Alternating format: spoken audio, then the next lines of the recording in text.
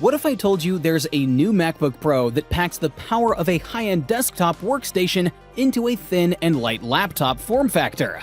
I know, that sounds almost unbelievable. But Apple's brand new lineup of MacBook Pros with next-generation M3 chips delivers jaw-dropping performance that rivals their top-of-the-line Mac Studio desktop. I just finished testing out an M3 Max model, and I was blown away. We're talking about a laptop that's nearly 2 times faster than last year's M1 Pro chip and keeps pace with a desktop that costs 3 times the price. It's a mobile creative powerhouse built for 4K video editing, 3D rendering, music production, CAD, software development, and other extremely demanding workflows. And thanks to the incredible efficiency of Apple Silicon, you can push this beast to the limits on battery alone without any throttling or slowdowns. Intrigued yet? I sure hope so, because in this video, I'll give you an in-depth tour of Apple's mind-blowing new M3 MacBook Pro lineup. We're covering benchmarks, real-world use cases, best configuration recommendations, and hands-on impressions after 2 weeks of testing. If you do intensive photo, video, audio, coding, or 3D graphics work on the go, then trust me, you need to watch this full breakdown before buying your next laptop. But before we begin, we would like you guys to subscribe to the channel, like this video, and hit that notification bell icon so you don't miss out on amazing and entertaining content. First up, let's talk about the lineup itself. For the 14-inch and 16-inch MacBook Pro sizes, there are now M3, M3 Pro, and M3 Max configurations available. The M3 chip is the baseline, but still a nice upgrade over M2. The Pro and Max take performance even higher, with more GPU cores and memory bandwidth for extremely demanding creative workloads. Now, across the entire M3 series, even the entry-level model, you get upgrades over M2 generation in a few key areas. First is the CPU, which sees gains in number of high-performance cores, as well as per-core speed bumps through optimizations like larger caches. Then, on the graphics side, the GPU core counts have increased significantly. The M3 Max peaks at 40 cores, up from 38 Max on the M2 chip last generation. And the GPU architectural improvements may make these cores even faster in practice for gaming, video production, 3D work, and more. You also get more memory bandwidth thanks to the updated LPDDR5 spec. This feeds the ultra-fast unified memory better to remove bottlenecks. Plus, the Neural Engine receives a boost for tasks like machine learning that leverage the capabilities of the chip's AI silicon. We could see big practical gains here for creative apps, starting to tap into neural networks for things like upscaling images, video effects, audio cleanup, and more. And finally, even the display gets an upgrade to allow that insane 1600 nit peak brightness and silky smooth ProMotion 120Hz refresh rate. It's incredible that Apple keeps finding ways to push the screen tech even further. When you put it all together, faster cores, more capable GPU, and better interconnects to memory, these new M3 chips solidify Apple's lead in chip engineering. Relative to equivalent Intel or AMD silicon, they achieve incredible performance per watt efficiency.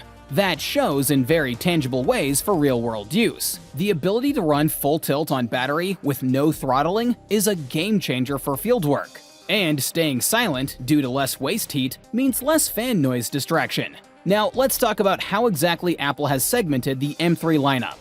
At the lower end, you've got the M3 chip itself, with a 12-core CPU configuration plus up to an 18-core GPU.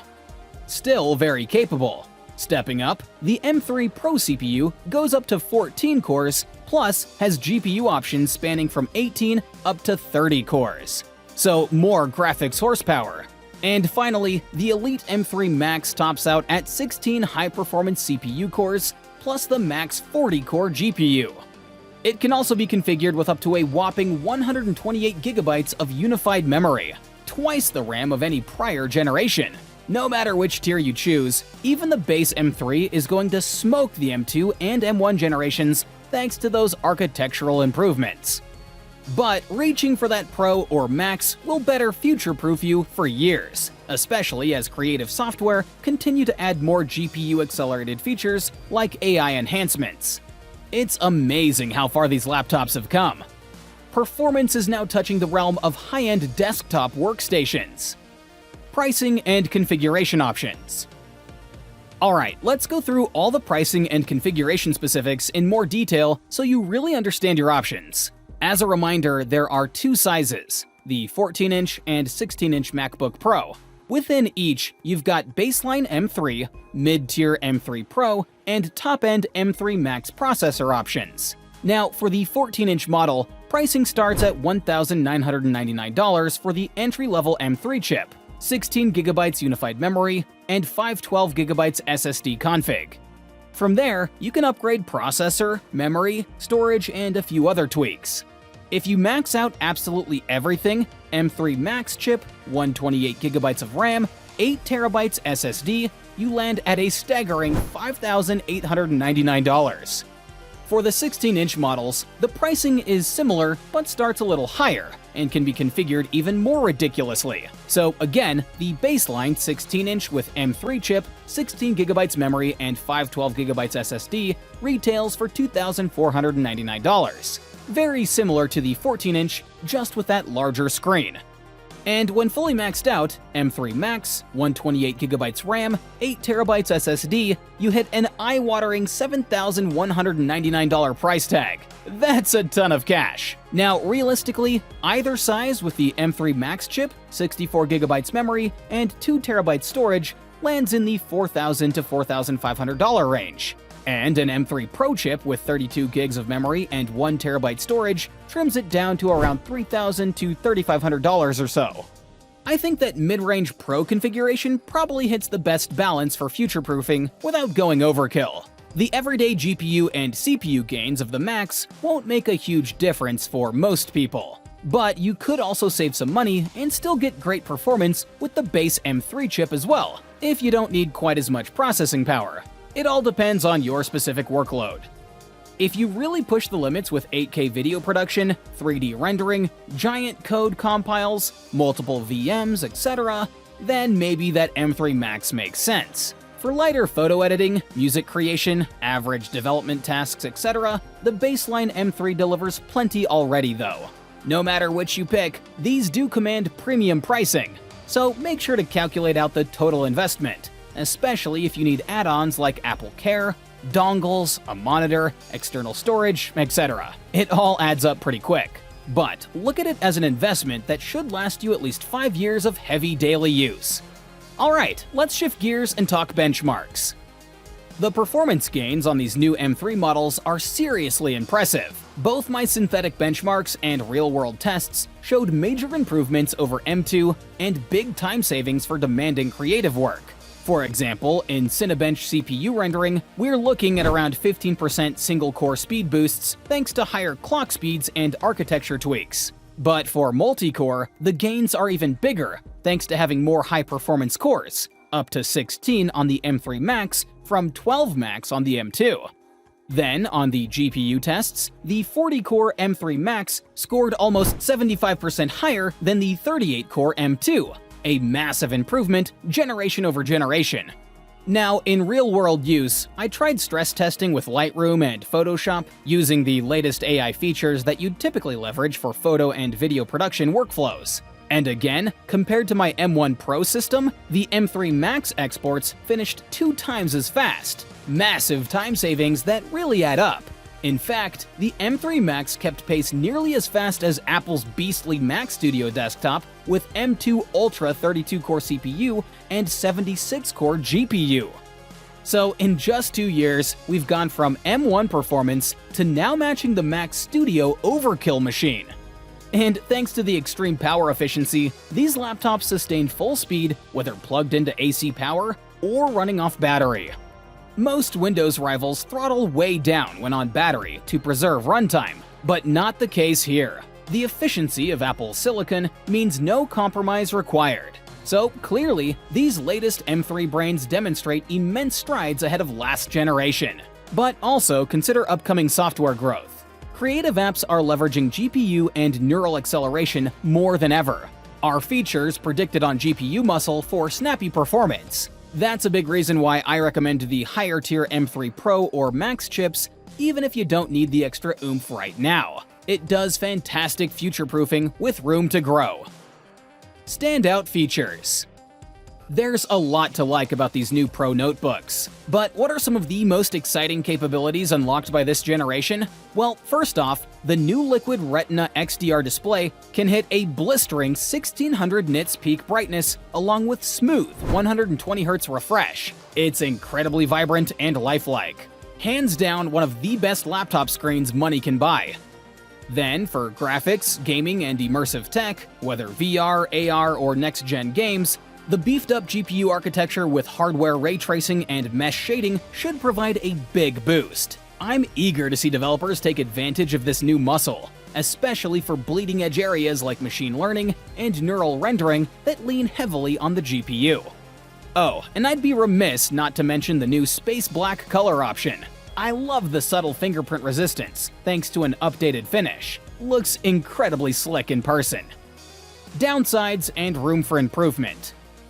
But it's certainly not perfect. There are some downsides that I noticed, and areas I'm hoping to see improved in the next revision. For one, the base 14-inch model is still limited to just 8GB of RAM. At $1,999, you should really get at least 16GB as the bare minimum for acceptable multitasking. Don't be fooled into thinking 8 gigs will cut it. I'd also like to see Apple or partners optimize large language models like GPT-4, specifically for Apple Silicon. These huge neural nets represent the forefront of AI innovation, and leveraging both the CPU and GPU during inference could be great for power efficiency. And while I like the new space black color, the glass-infused coats on recent iPhones for a more fade-resistant black look even nicer. Hopefully, that makes it to Mac eventually. What configuration should you buy? So, if you're sold on upgrading to one of these new M3 Macbook Pros, which model should you choose? Well, in my opinion, the 14-inch size hits a nice sweet spot for portability while still packing a punch. And while it depends a bit on your specific workload, I think most users will be best served springing for the mid-tier M3 Pro chip option. You get nearly the same performance as the Macs, but save quite a bit. I'd also recommend upgrading to 32 or 36GB of unified memory. It makes a big difference for productivity and especially creative applications. And don't forget, 1TB of storage minimum. 512 gigs will fill up faster than you expect with large video and image assets. Doubling to 1TB gives you much more room to work with. At around $3,000 to $3,500 with the specs I just mentioned, you'll have a stellar machine that can handle demanding workflows for years to come. I think that's the configuration that I'd recommend most users aim for who want power with some future-proofing baked in. But hey, maybe you've got some money to burn. In that case, go big with the fanciest chip and max specs all around. Either way you choose, it'll certainly be a beast. Alright everyone, that pretty much summarizes the core details that you need to know around Apple's exciting new M3 MacBook Pro lineup. They deliver some seriously jaw-dropping performance for creators, developers, and other power users who need both processing muscle and excellent battery life. I'm pretty thrilled by the potential of the improved graphics, display, and neural engine capabilities on tap here. Expect amazing innovations, especially in fields like gaming, VR and AR, video production, 3D modeling, and more, thanks to all of this new silicon muscle. But this will definitely still command premium pricing, so you'll need to assess if your workload justifies the high cost of entry. For lighter needs, a MacBook Air may still do just fine and save you a ton. But for those who truly need the best of the best portable workstation, it doesn't get better than these new M3 MacBook Pro powerhouses. Alright friends, that's our deep dive. Let me know which model you have your eyes on, or if you have any other questions. And if you want to see more of these types of videos, make sure to hit that subscribe button and turn on those notifications so you never miss an upload. Thank you for watching, and I'll see you in the next video.